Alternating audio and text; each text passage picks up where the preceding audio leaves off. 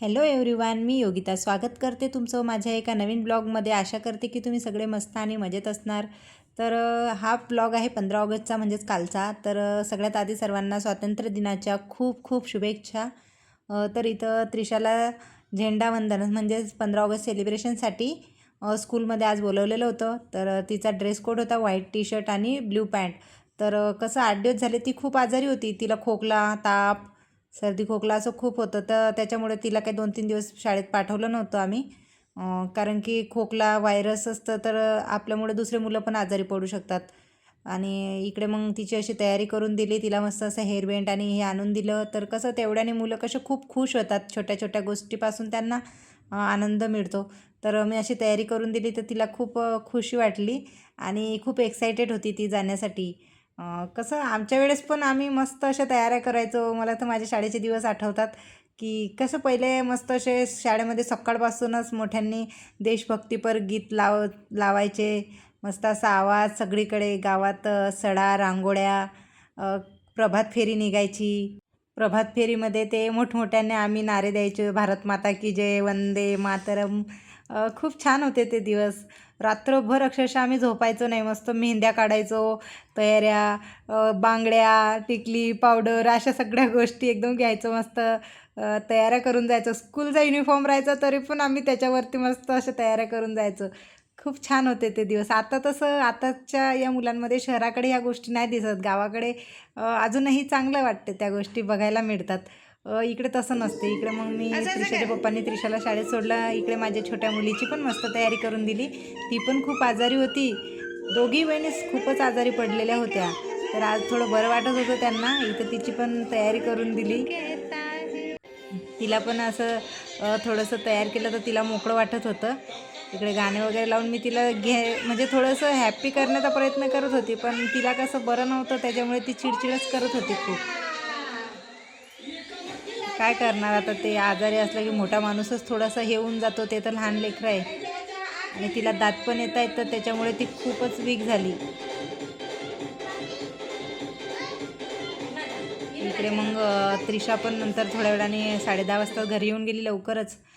तिला पावभाजी खायची होती. तर मग घरात सगळं सामान होतं. म्हटलं की ठीक आहे, बाहेर खाण्यापेक्षा घरातच बनवून देते. तर असं मस्त गाजर, टमाटर, वाटाण्याचे दाणे पाडले. परत गोबी होती, गोबी, बटाटे हे सगळं असं मस्त असं स्वच्छ पाण्याने धुवून घेतलं, टाकलं आणि कुकरचं वायसर पण गेलं. मग खूपच वेळ गेला आमचं ते शिजण्यामध्ये. मग म्हटलं जाऊ दे, आता टाकलंच तर आता ते काढू तर शकत नाही. तसंच शिजवून घेतलं आणि थोडंसं मॅशरने मॅश करून घेतलं मग नंतर. मग इकडे त्रिशाच्या पप्पांना त्रिशाला पाठवलं होतं पाव घेण्यासाठी. कारण की कसं आताच आजारी होत्या, म्हटलं अजून बाहेरचं खातील तर अजून तब्येत खराब होईल. तर त्याच्यामुळे म्हटलं जाऊ द्या, आहे तर मग घरातच बनवून देते लेकरांले. तिचं पण असं तापाने सरळ तोंड असं खराब झालं असेल म्हणून म्हटलं ठीक आहे, जाऊ दे बनवतेच. मग मस्त असं तिला पावभाजी बनवून दिली.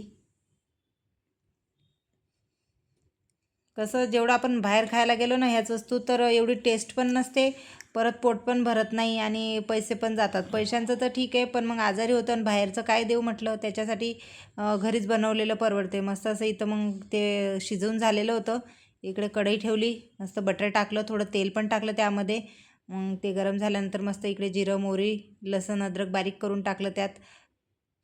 बटर टाकल्यामुळे पूर्ण असा फेस आलेला वाटत होता. मस्त कांदा असा चॉप करून घेतला, कांदा होऊ दिला तेलामध्ये.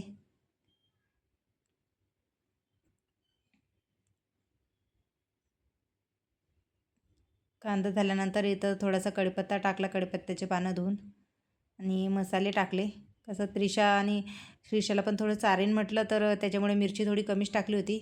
मिरची, धनिया पावडर, हळद आणि पावभाजी मसाला थोडंसं असं मिक्स करून घेतलं, चांगलं एकत्र मॅश करून घेतलं, चांगलं होऊ दिलं. कसं आता वातावरण पण थोडं खराब आहे आणि सगळीकडे तापाची साथ चालू आहे. दवाखान्यात गेलो आम्ही तर एवढी गर्दी होती, सगळे लहानच मुलं सगळे आजारी होते. तर कसं तेवढं त्याच्यासाठी म्हटलं घरचंच खाल्लेलं बरं बापा.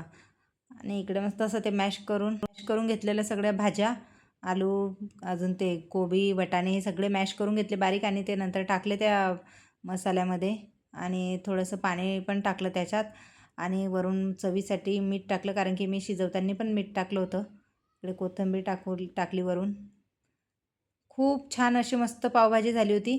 जेवढ्या घरी अवेलेबल साहित्य होतं ना माझं, तेवढ्यातच माझी भाजी खूपच टेस्टी झाली होती. तर असा होता आजचा ब्लॉग आणि पावभाजीचं ताट पण इकडे रेडी झालं, तर आम्ही घेतो खाऊन.